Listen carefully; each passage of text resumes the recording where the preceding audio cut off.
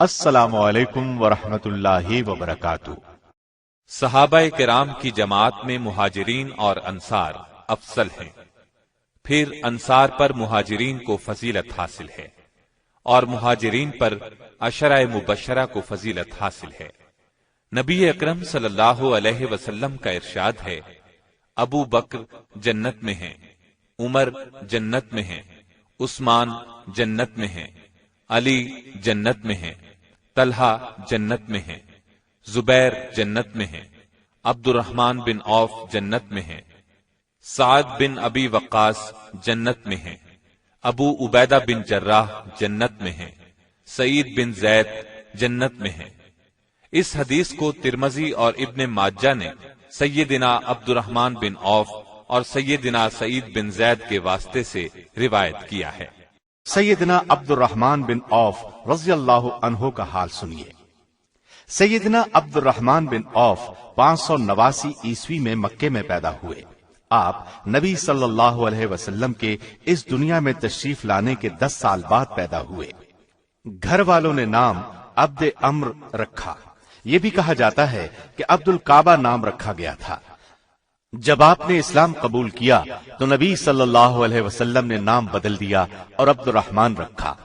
آپ کی کنیت ابو محمد تھی۔ آپ کا تعلق قریش کے قبیلے بنو زہرہ سے تھا۔ رسول اللہ صلی اللہ علیہ وسلم کی والدہ بھی اسی خاندان سے تھی۔ والد کا نام عوف تھا۔ چھٹی پشت میں آپ کا سلسلہ نسب رسول اللہ صلی اللہ علیہ وسلم سے مل جاتا ہے۔ آپ کے والد عوف بن عبد عوف نے اسلام کا زمانہ نہیں پایا۔ وہ اعلان نبوت سے پہلے ہی فوت ہو گئے تھے۔ والدہ کا نام شفا تھا۔ جب نبی صلی اللہ علیہ وسلم نے نبوت کا اعلان کیا تو یہ اس وقت حیات تھی۔ ان کے کانوں میں جو ہی اسلام کی دعوت پہنچی انہوں نے کلمہ پڑھ لیا۔ یہ بھی شروع کے اسلام لانے والوں میں شامل ہیں۔ کہا جاتا ہے شروع کے 3 سالوں میں سیدہ شفا نے اسلام قبول کیا تھا۔ اس زمانے میں سیدنا عبد الرحمن بن عوف اسلام لائے۔ والدہ کو نبی صلی اللہ علیہ وسلم سے بیعت کی عزت بھی حاصل ہوئی۔ اس طرح نبی صلی اللہ علیہ وسلم کی صحابیات میں شامل ہوئی۔ سیدنا عبد الرحمن بن عوف کے بچپن کے حالات نمایاں نہیں ہیں۔ اتنا ذکر ملتا ہے عزت والے خوشحال گھرانے میں پرورش پائی۔ ماں باپ نے تعلیم و تربیت کی طرف خاص توجہ دی۔ اس طرح یہ نیک، عقل مند اور بہادر نوجوان بنے۔ عرب کے لوگ جن برائیوں میں مبتلا تھے یہ ان سے دور رہے، شراب سے بھی محفوظ رہے۔ ان کے والد عوف مکے کے کامیاب تاجر تھے۔ انہوں نے اپنے بیٹے کو بھی تجارت کے گر سکھائے۔ پھر وہ والد کے ساتھ تجارتی سفر پر جانے لگے۔ جس زمانے میں نبی صلی اللہ علیہ وسلم نے اپنی نبوت کا اعلان کیا اس سے کئی سال پہلے عوف اپنے بیٹے عبد الرحمن کو تجارت کے لیے یمن لے گئے۔ اس سفر میں ان کے ساتھ عثمان اور ان کے والد عفان بھی تھے۔ راستے میں ایک قبیلے کے کچھ لوگوں نے ان پر حملہ کر دیا۔ اس حملے میں ان کے والد مارے گئے۔ عبد الرحمن بن عوف نے بڑی بہادری سے ان کا مقابلہ کیا اور باپ کے قاتل کو اسی وقت ہلاک کر دیا۔ باقی حملہ آور بھاگ نکلے۔ اس طرح عبد الرحمن، عثمان غنی اور ان کے والد کو اللہ نے بچا لیا۔ سیدنا عبد الرحمن بن عوف کی عمر 30 برس کے قریب تھی کہ رسول اللہ صلی اللہ علیہ وسلم نے نبوت کا اعلان فرمایا۔ آپ کی دعوت ابو بکر صدیق کے ذریعے عبد الرحمن بن عوف تک پہنچی تو آپ اسلام لے آئے۔ اسلام قبول کرنے میں آپ کا 13واں نمبر ہے۔ نبوت کے 4تھے سال آپ نے لوگوں کو اعلانیہ دعوت دی۔ اس پر مکے کے لوگ آپ اور آپ پر ایمان لانے والوں کے سخت دشمن ہو گئے۔ ان پر طرح طرح کے ظلم ڈھانے لگے۔ ان لوگوں کو جب عبد الرحمن بن عوف کے اسلام قبول کرنے کا پتہ چلا تو انہیں بھی بری طرح ستانے لگے۔ وہ حوصلے اور صبر کے ساتھ ظلم برداشت کرتے رہے، یہاں تک کہ آپ نے نبوت کے 5ویں سال مظلوم مسلمانوں کو حبشہ کی طرف ہجرت کرنے کی ہدایت فرمائی۔ اس پر مکے سے 16-17 مسلمان ہجرت کر کے حبشہ چلے گئے۔ ان میں سیدنا عبد الرحمن بن عوف بھی تھے۔ یہ اللہ کے راستے میں سب سے پہلی ہجرت تھی۔ پھر جب یہ خبر اڑی کہ مکے کے تمام کافر مسلمان ہو گئے ہیں تو یہ لوگ واپس مکہ کی طرف روانہ ہوئے۔ ان میں عبد الرحمن بن عوف بھی تھے۔ یہ حضرات مکے کے قریب پہنچے تو انہیں پتا چلا خبر غلط تھی۔ اب انہوں نے واپس جانا مناسب نہ سمجھا۔ قریش کے سرداروں میں سے کسی نہ کسی کی پناہ لے کر مکے میں داخل ہو گئے۔ اس کے بعد جب مکے کے کافروں کا ظلم پھر بڑھا تو ایک بار پھر حبشہ کی طرف ہجرت کی۔ اس مرتبہ 100 سے زیادہ مرد اور عورتیں حبشہ کی طرف روانہ ہوئے۔ ان میں سیدنا عبد الرحمن بن عوف بھی شامل تھے۔ یہ ان کی اللہ کے راستے میں دوسری ہجرت تھی۔ مکے کے کافروں نے اپنے آدمی حبشہ بھیجے تاکہ شاہ حبشہ نجاشی کو مجبور کریں کہ وہ مسلمانوں کو وہاں سے نکال دے، لیکن نجاشی نے ان کی بات نہ مانی۔ اس کی وجہ یہ تھی کہ وہ ایک نیک بادشاہ تھا، مذہب کی روح سے عیسائی تھا۔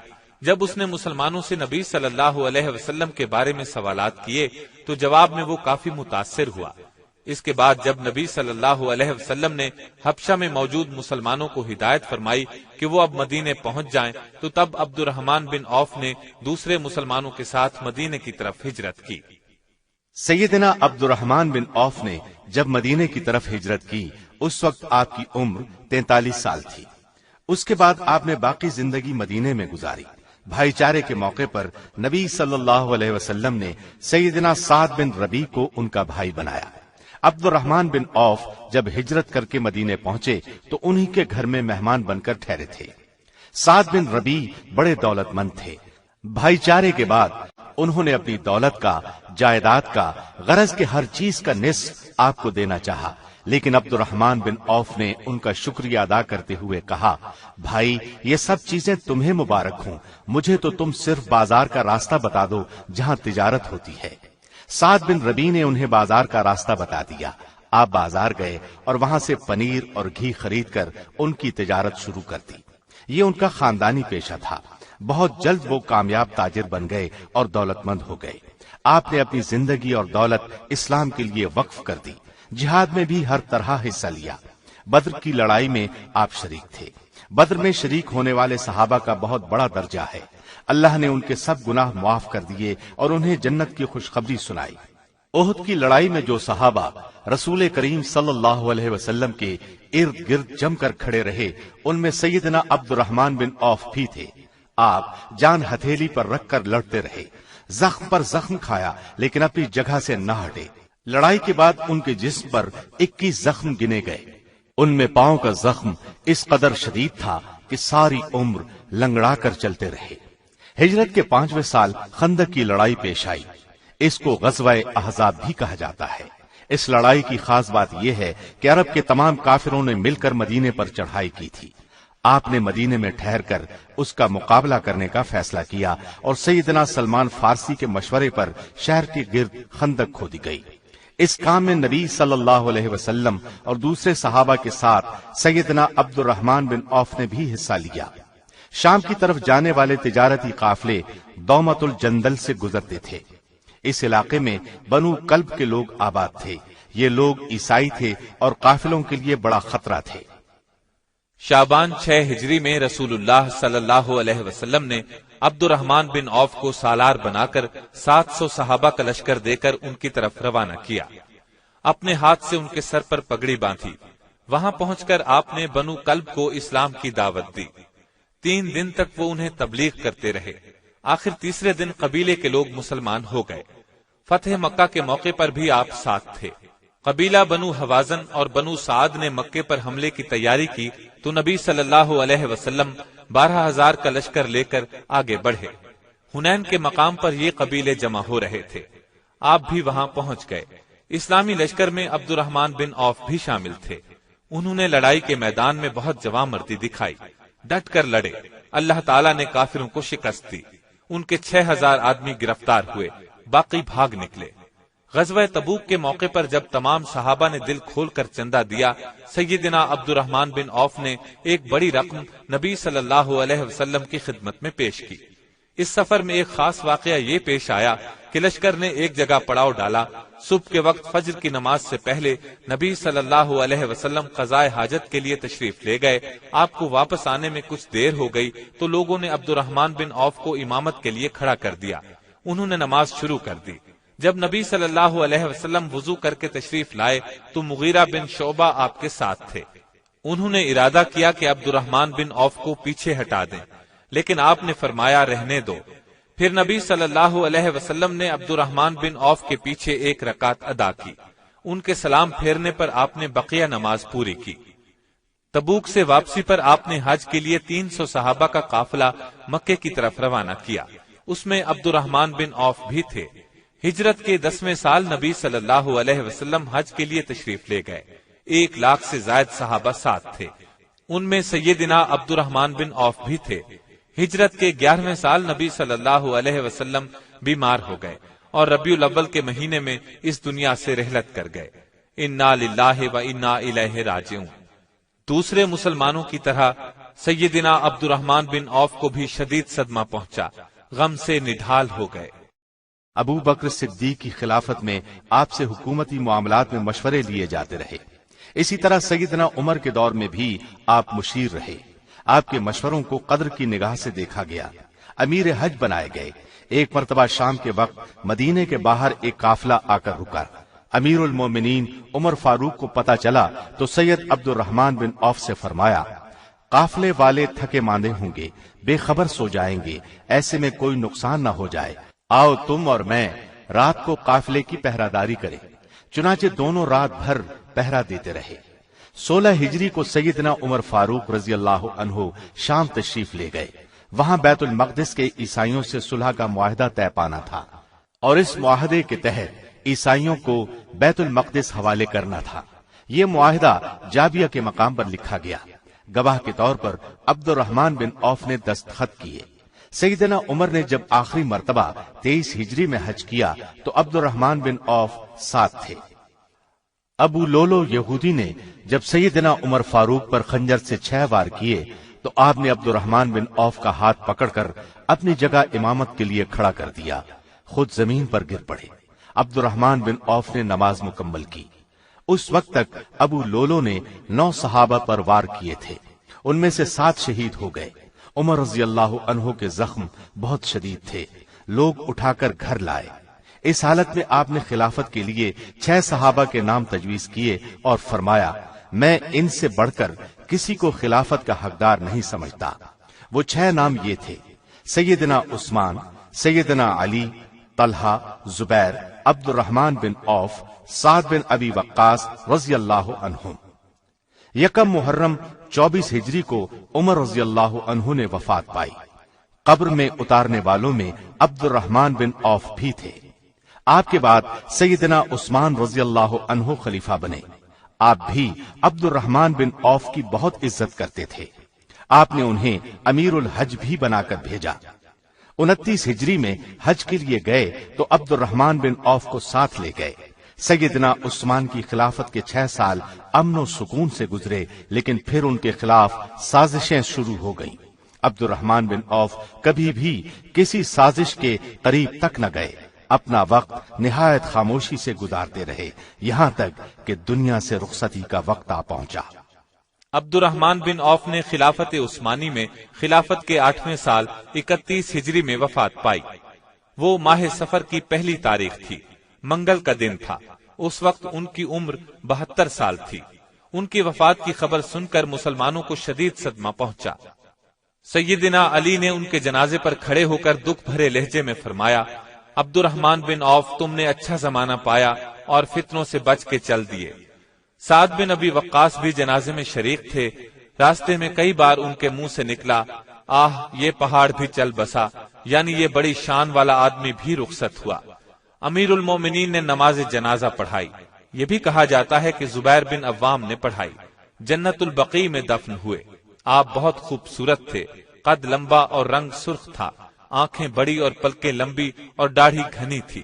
سادہ کھانا پسند تھا، کبھی گھر میں عمدہ کھانا پکتا تو اس کو دیکھ کر رو پڑتے اور فرماتے، رسول اللہ اور آپ کے گھر والوں کو تمام عمر پیٹ بھر جو کی روٹی بھی نہ مل سکی۔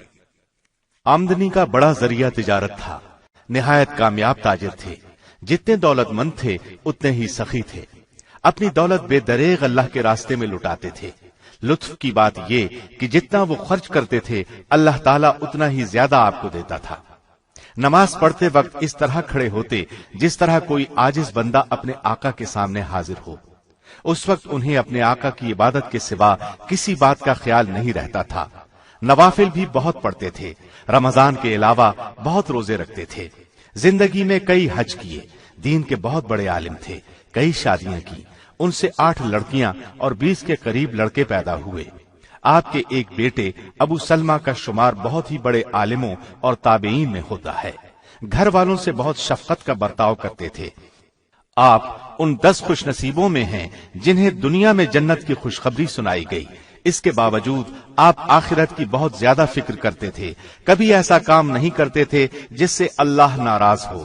اپنا مال غریبوں، مسکینوں اور حاجت مندوں میں تقسیم کرتے رہتے تھے۔ آپ کو اللہ نے بے انتہا دولت دی تھی، ساتھ ہی دل بھی بہت بڑا دیا تھا۔ ایک روز اپنی ایک زمین 40,000 میں فروخت کی۔ اسی وقت یہ رقم مدینے کے غریبوں اور مسکینوں میں تقسیم کرا دی۔ ایک مرتبہ جہاد کے لیے گھوڑوں کی ضرورت پیش آئی، آپ نے 500 گھوڑے دیے۔ ایک دفعہ 500 اونٹ مجاہدین کی خدمت کے لیے پیش کیے۔ ایک اور موقع پر 1500 اونٹ اللہ کے راستے میں دیے۔ 2 اور موقعوں پر نبی صلی اللہ علیہ وسلم نے خرچ کرنے کی ترغیب دی تو آپ نے 40 ہزار نقد پیش کر دیے۔ ایک روز آپ نے غلام آزاد کرانے کی ترغیب دی۔ عبد الرحمن بن عوف نے ایک ہی دن 30 غلام آزاد کر دیے، حالانکہ ایک ایک غلام کئی ہزار میں خریدا تھا۔ وفات سے پہلے فرمایا، بدر کی لڑائی میں جو صحابہ رسول اللہ صلی اللہ علیہ وسلم کے ساتھ شریک ہوئے، ان میں سے جو ابھی تک زندہ ہیں انہیں بلاؤ، اور میری طرف سے ہر ایک کو 400 دینار پیش کرو، اور میری طرف سے درخواست کرو کہ وہ یہ ہدیہ قبول کر لیں۔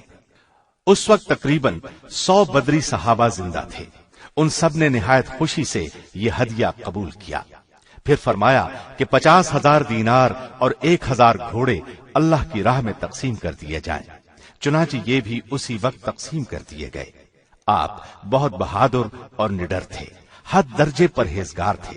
رسول اللہ صلی اللہ علیہ وسلم سے آپ کو بہت محبت تھی۔ اسی طرح رسول اللہ صلی اللہ علیہ وسلم کو بھی عبد الرحمن بن عوف سے بہت محبت تھی۔ نبی صلی اللہ علیہ وسلم کے بعد عبد الرحمن بن عوف نے امہات المومنین کا ہر طرح خیال رکھا، بڑی بڑی رقمیں انہیں بھیجا کرتے تھے۔ ایک بار خالد بن ولید نے عبد الرحمن بن عوف کو کوئی سخت بات کر دی۔ انہوں نے نبی صلی اللہ علیہ وسلم سے شکایت کی۔ نبی صلی اللہ علیہ وسلم نے خالد بن ولید کو بلایا اور فرمایا، خالد، تم میرے بدری صحابہ میں سے کسی کو تکلیف نہ دو، کیونکہ تم میں سے کوئی احد کے برابر سونا خرچ کر دے تو بھی بدری صحابہ کے مرتبے کے نصف کو بھی نہیں پہنچ سکتا۔ عبد الرحمن بن عوف کو نبی صلی اللہ علیہ وسلم سے بہت محبت تھی۔ ضرورت پڑنے پر اپنی جان، اولاد اور مال قربان کرنے کے لیے تیار رہتے تھے۔ کافروں سے جتنی لڑائیاں ہوئیں وہ قریب سبھی میں آپ کے ساتھ رہے۔